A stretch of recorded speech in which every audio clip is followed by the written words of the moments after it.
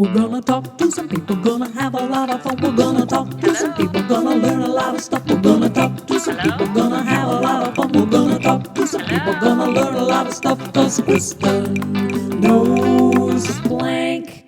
Well, hi, guys. Welcome back to the Kristin Knows Blank podcast, a podcast where I sit down with a comedian. We talk about something that they're super into. We play 5 quick questions, do a rad lib together, and then everybody goes home happy. Thank you for listening. Please take a second to like, follow, subscribe, leave a comment. Let us know how you like the show. Ask a question, whatever you want to do. Hi, I'm Kristin. I'm the host of this crazy mess. You can find me through my website, kristinkey.com. Follow me on all my social media. I've been putting up a lot of stand-up clips, so enjoy those. And yeah, I've got a Patreon. Support this show and all my shows by joining the Patreon. There's exclusive behind-the-scenes content. There's special game nights that we play. It's super fun. Oh, and I'm on Cameo. So if you want to give the unique gift of me, I write a song for everybody that gets a cameo. Now, my guest today, fabulous comedian. You may know him from his podcast, Is This Anything? A great stand-up workout podcast. He opened for Steve Hofstetter. He's got a fabulous TikTok page where he does political videos. Computer lady, interview with Jerret Berenstein. Playing interview with Jerret Berenstein. So happy to see you. It's been too long. I know. It's been far too long. Months and months. And now we're in the same city. The possibilities are endless. I can't wait until I get a car and then I can come see you. We got to start from square one. Okay, Jerret, I'm so glad you're here. How did you move to LA and you're in Los Angeles and you have no car? Yeah. So me and my wife, we just got here a couple of weeks ago and we have just been, it's really difficult to move from another state, especially the furthest 2 states from each other. That's not technically true, but New York and California are very in my geography. They are the furthest away you can get. Yeah. We were staying with my in-laws who live 5 hours away from Los Angeles. So we drove 5 hours in, looked at apartments, drove 5 hours back. Because we got the apartment so quickly, no services were set up. And so my wife, her job was like she was going to go to Target and like buy a bunch of things that we needed for the apartment. And my job was to stay in the apartment and to get everything set up. But because there was no heat, there was no electricity or nothing, and it happened to be a really cold day. So I was just on the phone with customer service, just like freezing in this apartment, just like, things like that. Where it makes you feel good that a New Yorker said that LA was cold because does. It gets very chilly. I grew up out here. I know how cold it can get. But yeah, so like I said, we're doing a good job. The place is coming together. We had a little bit of a tiff over the couch, which is the best thing to get into a fight over because we found the couch that we wanted. And then we were like, it was one of those stores where you have like 15 or 20 different swatches that you can choose from. We're like, we're going to make your couch any one of these colors, any one of these textures, And it came down to, I think, 3 colors. There was my wife really wanted radical chalk, which is just like a bright white couch. I was going to say, what a way to say white. Radical chalk. It's not radical like this. It's radical like, they're bombing the electric grid, like radical. There were like 3 that I wanted. There was like preference cream. Oh, God damn. This is great. This is, yeah. You guys so fighting over store, cream and white. We're in a store going, but preference cream, but radical white, but slate, but, it's like the ridiculous names that these. Can I have delusional taupe? We compromised on centrist yellow. So that's not what it is. But I was like, of course it is. Of course it's a centrist yellow. Yeah. Mm-hmm. No, we got preference cream, and then we got some swatches. Did you win, or are you both losers? There's no winning. I was what do you call it? I was compromising with preference cream. I was like, preference cream is not my number one, but what's your dream color? What was the dream color you didn't get to have? I can't remember, but we have the swatch in the other room. I could go look at it. But the display couch was what I wanted. It was it's just called woke. So hard to nap on, but so progressive. It's just a, printed out like Biden poster, it's just like, I like this. This is nice. It's soothing. It's soothing. You can eat on it. got AOC pillows, like her face and got hair. This is what I wanted, but I guess we'll go for preference cream, I guess. What I wanted was I don't see color, but they didn't have that, unfortunately. Now with they say the move is in the top 3 of the biggest stresses you have in your entire life. It's like move, death of a spouse, I think. Anyway, so it's way up there. What are you doing for your mental health? And I'm specifically talking about drugs right now. I don't know if we've talked about this before, but this is one of my big, like, I don't know if you call it a bugaboo or what, but it's like a thing that I tell people because I'm just like, I suffer from a condition called post-project depression, which is actually more common than I thought. I thought this was like a weird thing that I did, which is when you finish something big, you have this crash, this spiral into depression so hard, you know?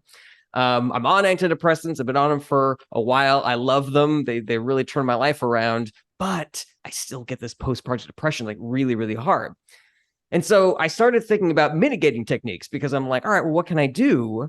And what I discovered is that as soon as the project is over, if I take a recreational acid or a recreational mushroom, for example, that tends to like knock the post-project depression off of its track.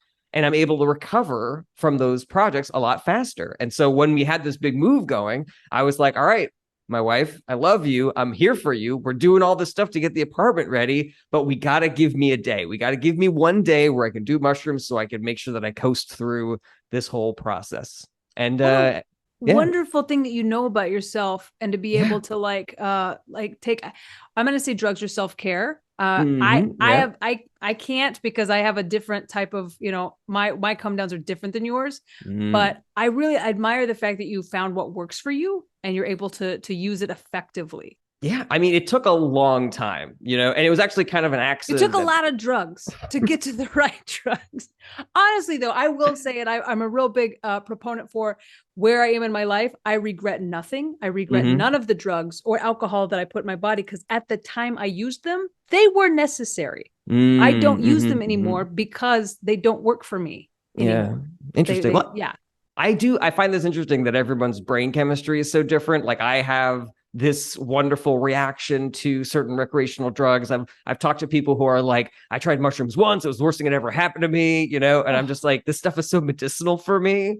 But yeah, it took me so long to figure out. There's so many times when I, you know, like was in a play in college that was like a really big deal for me. And then closing night happened. And then I was just so fucking miserable for weeks afterwards, you know? Because you put all of your energy into one event. And then once the energy is spent, you're emotionally drained. You're probably a little spiritually drained. You're physically drained. I think it also has something to do with not knowing where to put your energy, where it's like, you're like, every minute I know what I'm doing. And I get this on tour a lot, which is part of the way that I developed my recovery method was I go on tour and every day on tour is so, you know, wake up, drive to the new city, get to the hotel, shower, change, go to the venue, set up the venue, do the show, sell your merch, go back to the hotel, count your money, go to sleep, wake up, do the same thing all over again. You know, every single minute. Every show. It's not every show. I wake up, I go to the show, I come back, I eat a shit ton of mushrooms. Wake up, mushrooms, drive. Drive to the next city. Which is in Cuckooville. I'm in the hospital. I'm eating mushrooms. I punch the doctor. I get to the show. I'm running away from the cops. I do some mushrooms. Everything's okay. And then you win Edinburgh because that's a phenomenal set. Which is weird because I was supposed to be in Vegas. But I just, you know, that's what's great about being a comic. You know, you're versatile. You really roll the punches, you know? But yeah, that was the way that I discovered it was I did this one-man show when me and my wife were actually first started dating. And the next day I was just like feeling like really, really cranky. Like I didn't know it at the time, but it was really starting to go. And she was saying like, do you have anything to do today? Do you want to go to the park with me? And I was like, yeah, that's really nice. And I had this old mushroom chocolate that an old friend of mine had left in my apartment. It was the times we live in. I know, right? We didn't even know if it would work still. It was so old. I used to meet a guy in a Blockbuster parking lot. His name was Smurf, and he would give me like seeds of marijuana for like $80. Go ahead. Yeah. I don't know if they're going to work, but I gave him a cow. Anyways. So yeah, we take for these magic beans, Smurf. We take the chocolate thinking that nothing's going to happen. We have like a very nice little trip, for the day. And then I notice that I don't go through my, like massive depressive spiral that I usually do after projects. And I was like, that's interesting. And so then I developed the system, and now it works well. I think it 100% counts as self-care because it is working for you. And it's taking a moment where you've got all of this negative energy, it's pent up, and you have something to do with it. Yeah. You release it, I guess. Yeah. If you want, I can tell you the other story where an illicit illegal drug helped me with my mental health. I would love that. First off, I want to know what amount of mushrooms you're taking as your recreational dose to come down from your, I'm going to call it PPD. PPD, yeah, that's what they call it in the medical community. Oh, they don't. The MC, if you will, the MC calls it PPD. Ooh, you have real stuff. Yeah. So, the science behind like measuring out drugs that are not ask. Mushrooms were my favorite when I was a recreational drug user. They were my favorite because it's just a fun, happy trip. Yeah, and the come downs are pretty smooth. I had trouble with them because just come downs of any kind wreck me. Yeah. Because I don't like to not feel like that anymore. But I couldn't tell how many mushrooms I was eating ever. It was just the amount that I bought. It's huge. How much can I afford? That's what I did. This many. But I bought one of those jewelry scales, which I think is like a really funny thing to buy because the person's like, oh, a jeweler or someone who does or sells drugs. What about food? Can't you just use a food scale? Like I measure my sourdough. It's too small. It's too small of an amount. Yeah, okay. You need like micrograms as opposed to, because I also have a food scale. Right. And I love scales. Was I eating too many grams of mushrooms? Because I'm like, I could have measured mine in grams, I think. Yeah, I mean, you probably, what is it? I think that 1/8 of a gram is what I usually, it's like a big thing that if you want to have like a massive experience, like that's what you would do is like 1/8 of a gram. I had too many a few times. That was too much, Kristin. Okay, and also addict. Yeah. Oh, okay. So 1/8 of a gram makes you massively trip. What will 2 grams do? Okay. So this bottle of vodka, this is for one person, or what is it? Yeah, this is an afternoon. Is this this and why don't you invite me to your why don't you invite me to your Coke parties anymore? Well, Kirsten, because let me take this moment to apologize to those nice gay men in Chattanooga that one time. I was just experimenting. I'd never tried it before. I took all of yours. So what is the other recreational experimental drug that you use for personal growth? Well, so it was just one experience that I had. And so my dad passed away back in 2018. I had a real serious depressive episode after that. I had already been in therapy for a while. So I just sort of like upped the amount of therapy I was getting. I was talking to my therapist about it for a while, and she was like, listen, this is something you've been depression's been something that you've been suffering with for a while. Obviously, it's not been this bad before, but maybe you want to start thinking about medication. And so I was like, I don't know. What is it going to change me? I don't want to have another pill that I have to take. There were all these things where I was just like scared to even try it. She set me up with a therapist a psychiatrist who was going to prescribe it to me. And he was basically like, listen, man, these drugs are very safe. They're very mild. I'll give you a prescription. You can decide to fill it or not. And I was like, okay, great. So I was talking to my then girlfriend, now wife, about it all. And I was like, I don't know. I'm really scared about it. And she's like, well, whatever you decide to do, like I support you in these decisions. Completely separately, we had decided to try Molly.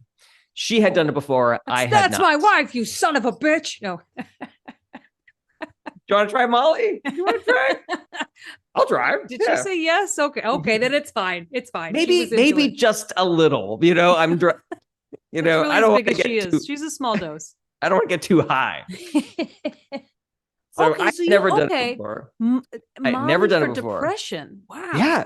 Well, if you think about what Molly does, it's a stimulant plus you soak your brain with serotonin. My big like question, a fucking fire hose. Before we go any further, did it bring your father back? What? This is the best drug ever. It was just really awkward because my mom remarried already. Ugh. Not really. Sorry about that. Was totally no. That's okay. That's okay. We take the Molly. We go to my friend's 4th of July party. And the progression of the drug for me is it starts off, sort of like lifted me up and be like, ooh, I could kind of feel something happening. And then at a certain point, I realized that I hit normal. That for a really long time, I've been depressed. I had been suffering from a serotonin deficiency. And on my way to being high, I passed through where I should have been, where my neutral mood should have been. And it made me realize that I was like, I really think that all these things that I've been experiencing my whole life, the reason why I, have, certain issues that I discovered are linked to depression, like some procrastination and some days where I just can't get out of bed and, being overly self-critical and, things of that nature, are probably just related to this serotonin deficiency. So I started taking an antidepressant, and it was like a light switch. It was like it takes like 2 weeks for it to kick in. Yeah. There was like a moment where I was suddenly having fun again with my girlfriend, now wife, where we were just in bed and I was like, I can't believe I'm silly again. I can't believe I'm having fun again. And I was like, this is where my neutral is. And it's because I'm on antidepressants that I was able to get there. And I discovered that connection by taking an illegal illicit drug, Molly. How fabulous, though. How incredibly self-aware in the moment to go, oh, Yeah. I see. This is where, like, what normal should feel like. Yeah. And then we passed it. And I was, the most confident human being that has ever lived. You could have told me, like, put anybody in front of me and I will sell them anything. I was like, I can get the nuclear codes right now if you put me in front of the right people. Like, I was so confident. I was like, there is no stopping me right now. Why don't more salespeople take Molly? There's a harsh come down. I don't know if you've heard the I've news. never taken. Yeah, I can't do hard drugs because of the come downs. Yeah. That is probably the worst hangover I've ever had was after the Molly. Yeah, boy, oh boy, was it fun. We had a great time that night. Oh, fabulous. Okay. You take phenomenally good care of yourself these days. I can tell, like, you just have a glow about you. You look fantastic.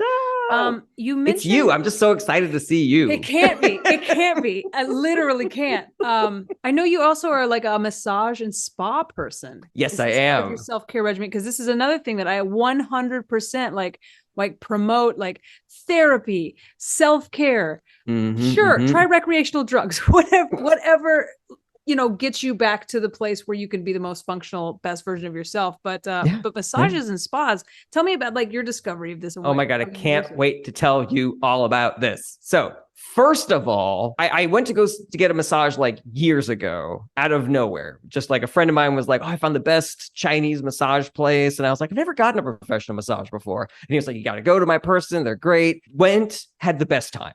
It was so great. I was like, this is a wonderful word. You've been all my life.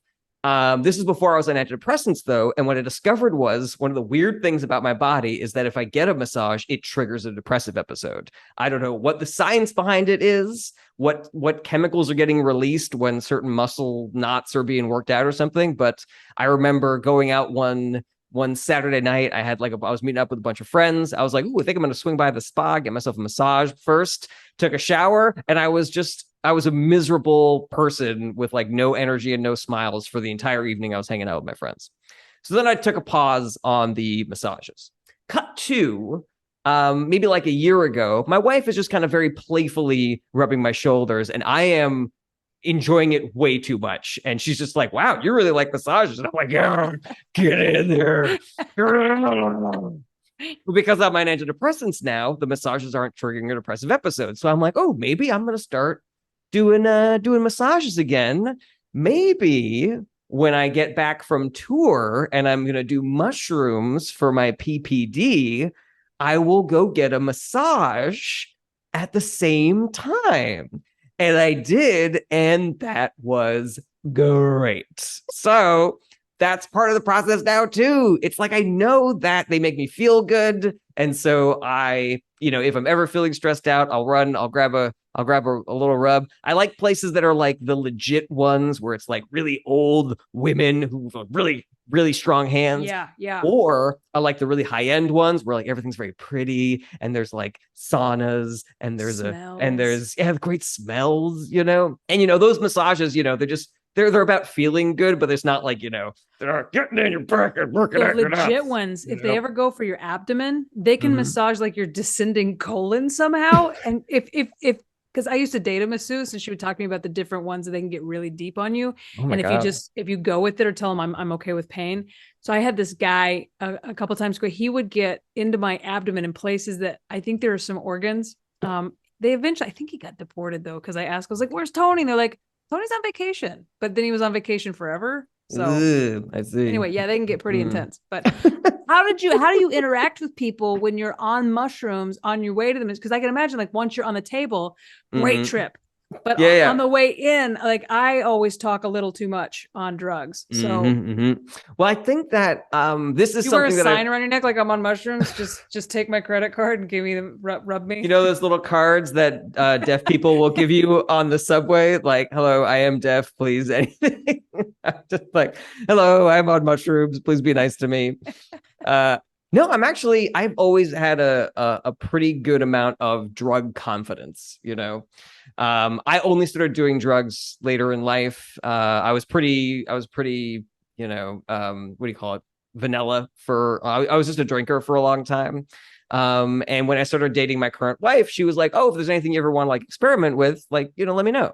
And so I was like, "Oh, you know, I've always wanted to try weed, edibles, and I've always wanted to try, you know, like mushrooms and stuff like that." And so she's been kind of Sherpa-ing me through this, you know, in a very responsible way. And I want to sort of like emphasize the responsibility of it because it's so easy to abuse these things. And so, you know, just really be aware, be sort of like check in with yourself often. Even my wife, who had done more of these drugs before me, had more of that like social anxiety, like everyone's going to know I'm on drugs. Oh my God, I can't do this. But even when I first started, I was like, let's go to the store. That'll be such an adventure, you know? I'll just be like walking around like, oh my God, this is so weird. I'm like, can I give this person my credit card? I'm doing it. It's time for 5 quick questions. Fabulous. Well, as you know, this is a podcast in 3 parts. I could chit chat with you all day about everything, but I have to ask you 5 quick questions because that's the next part of the show. Question number 1. You die. Turns out there is a judgment. You get 1 emoji to sum up what you think the meaning of life is and to get you into the good place. What emoji do you choose to show whatever higher power is up there to get you through? I know exactly which one it is. It's the toothless smile with the tongue sticking out of the side. Like this. And God looks at it and goes, Yeah. I just love it. It's so like, it's kind of like, it's like playful, you know, it's like, I'm a little stinker, you know? Oh my God, I love it. Mine would probably be either that. Oh, the one that's just like, I don't know. Or straight up eggplant emoji. I don't know what God wants. Okay, great. You aced that one. Question number 2, 5 quick questions. Question number 2, you're on a long flight. Would you rather be drunk, high, both, or neither? Oh, high, without question. And what drugs would you use for a long flight? Let's say we're going LA to Australia. Oh my God. I love taking massive amounts of weed edibles on planes. That is my favorite way of getting through flights. And I know I've talked to other people about this, and this is why I'm so fascinated that other people have different experiences on drugs than I do. My sister was like, I was on a flight once and there was a medical emergency and we had to land in the middle of nowhere. And if I was on drugs then, I wouldn't have been able to handle that. I would have been freaked out. And I was like, oh, that's interesting. I guess I could see that. The next day I get on a flight. I take a massive amount of edibles. There's a medical emergency on my flight. And look at me, cool as a cucumber. People are like running up and down the aisle. They're like, we got to land in Indianapolis. And I'm like, oh boy, I hope that fellow's okay. Free Guy. You know? You're like, oh, okay. This will still be playing when we land. If we must. Awesome. All right. Question number 3. Are you a night person or a morning person? You know, I was a night person. And then I think my antidepressants made me into a morning person. My antidepressants are a soporific. They put you to sleep. And for the first like year or 2 that I was on them, didn't change my sleep cycle at all. But then out of nowhere, I started feeling it around 11 o'clock at night and just being like, oh man, I think I got to go to bed. And now I go to bed early. It's not my choice. I didn't want this.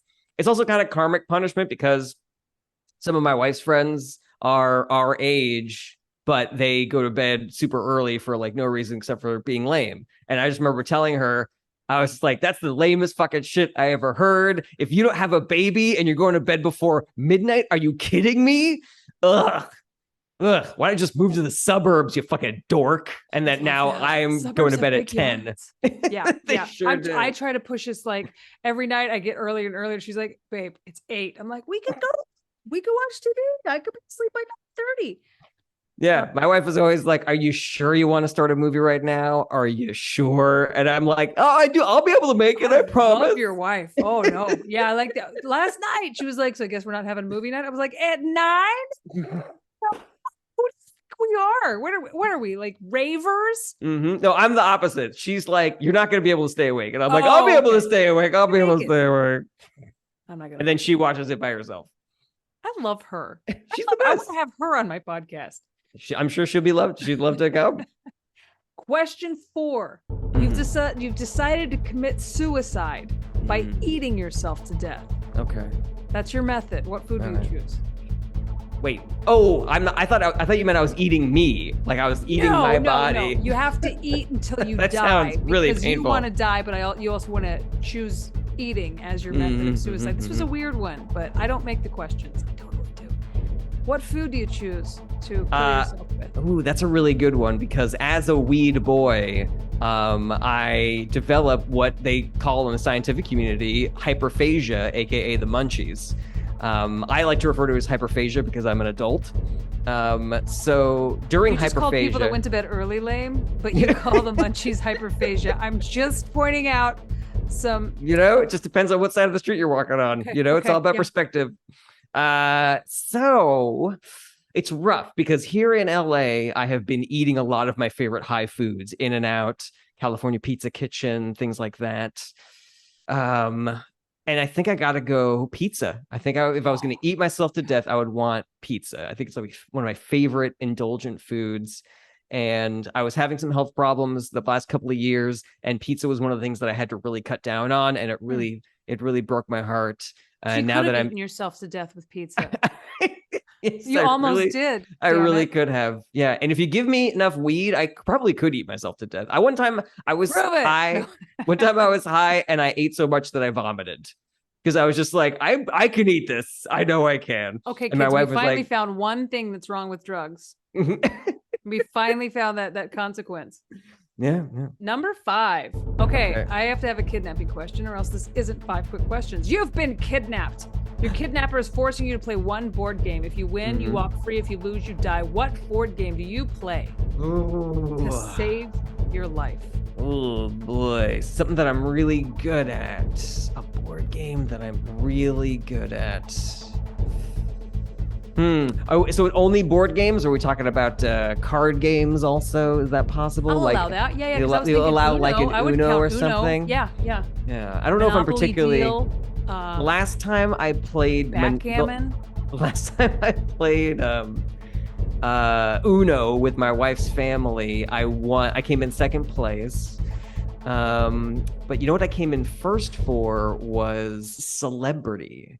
Could I play Celebrity for my life? Celebrity is a very fun party game. What it is everybody writes down the name of a celebrity, you put it in a hat, and then people draw the names out of the hat, and they have to get their team to guess the celebrities that they're mentioning. Okay. The fired round, you are allowed to do and say whatever you want. You just can't say the person's name. Second round, you can only say one word. But the trick is you've already heard all of the celebrities, so you kind of know, like, all right, I know who's in the pile. I just got to figure out what this one word is referring to, like which celebrity it is. And then the third round, no words at all, just miming. But again, you've heard the celebrities twice already. It's a great game. Yeah. So I think I would go Celebrity. I think I would play Celebrity with my attacker, and I think that that would be how I would survive. I can't picture an attacker that could beat you. I'm like, well, what if it was Kevin Bacon? I'm like, still, I think Jerret could beat Kevin Bacon. Okay, yeah, I'm pretty good at it. You survived 5 quick questions. You chit-chatted with me, and I can't let you out of here without playing a rad lib. And now it's time for Rad Libs. Rad Libs. Rad It's Lib. time for Rad Libs. I've written a story. I left out some parts of speech. You give me those parts of speech. Together we make a hilarious story. Are you ready to play? I am ready to play. I need something relaxing. Well, that's not fair. That's not a fair question to ask me. A rose sauna. I did it in Italy, and it was great. And we're talking about chill things. Do we have to do our NPR voices? Absolutely. Oh, a rose I like sauna. That was a really That does good sound answer. nice. Sounds very. That got me really, really excited. A length of time. 20 minutes. Yeah. Plural noun. Dogs. A prom theme. A prom theme. The 1940s. A noun. Drywall. Sorry. Some of these are stupid. This one actually is really funny. All right. All right. I'm going to try to go fast. First name. Aaron. I need an adjective. Chile. A country. Uruguay. Uruguay. I was going to say, if he says Chile again, it's going to be really funny. And I need a food. Chile. A plural noun. Flowers. An animal. Dolphin. An adverb. An adverb. Quickly. A liquid. Dawn. Dishwashing fluid. I need a body part. A knee. A moment in history. The 1940s. A body part. Belly button. Something you shout. And a noun. Fabric. Okay, we have a story, my friend. All right. Fabulous story. This is the called Spala Land. Spalaland. Oh, look at that. I saw a flyer for a new spa by my house called the Rose Sauna Wellness Center. All right. The prices seemed amazing. They were offering a 20-minute massage for $99. That's a terrible price. Well, I spend that much on dogs every month. I can totally afford a massage. Do it with all those dogs. There were several options: Swedish massage, shiatsu, the 1940s. I selected the hot drywall massage. Oh, that's a good one. My masseuse was Erin, a Chile woman from Uruguay. I don't know why I'm just picturing her in a big fur coat. Like, so cold. This is not like my country. This is not like my country. It is so cold. Not like my beautiful Uruguay. Her hands were as big as flowers, but soft like dolphin fur. She massaged me quickly to loosen me up. Most masseuses use hot oil, so I was surprised when she began rubbing Dawn dishwashing fluid all over my back. It works though. Yeah. I asked her to focus on my lower knee. That's where I carry most of my tension. And she released tension that I'd been carrying since the 1940s. It's like she knew. She slapped my sore muscles with her belly button until I heard myself saying, guacamole, which I'm assuming now is your safe word. That is an interesting method to slap with the belly button. Getting a lot of I had to take off 3 coats. get a lot of purchase with the belly button. Somebody can only do. All right. I must have fallen asleep because when I woke up, Erin was gone, and so was my fabric. My fabric that I got at the store. I mean, you're on Before- mushrooms. You came in with it, like just bundles of fabric. Oh, but I was supposed to take these to my jeans cutter. Oh, it's so What? good to see you, What a Kristin massage Key. place. I love it. So good to see you. Tell our listeners Ooh. where they can find you and what you've got coming up. JarretBerenstein.com. That's where all my business is. I've been on a bit of a hiatus while I've been dealing with the move and everything, but I'm back on the road in July. I believe my dates are on there, but if not, I'll be on the road with a comedian named Steve Hofstetter. You can Never heard find of his him. dates on his website. And yeah, just keep a lookout. JarretBerenstein.com. Follow me on all the socials. I'm not on Twitter anymore because it's a right-wing hellscape.